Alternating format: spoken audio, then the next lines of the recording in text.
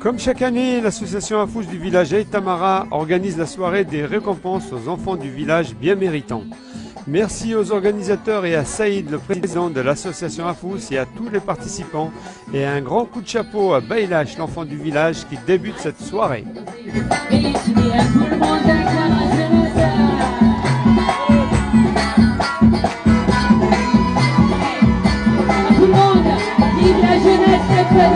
Allez, tout le monde!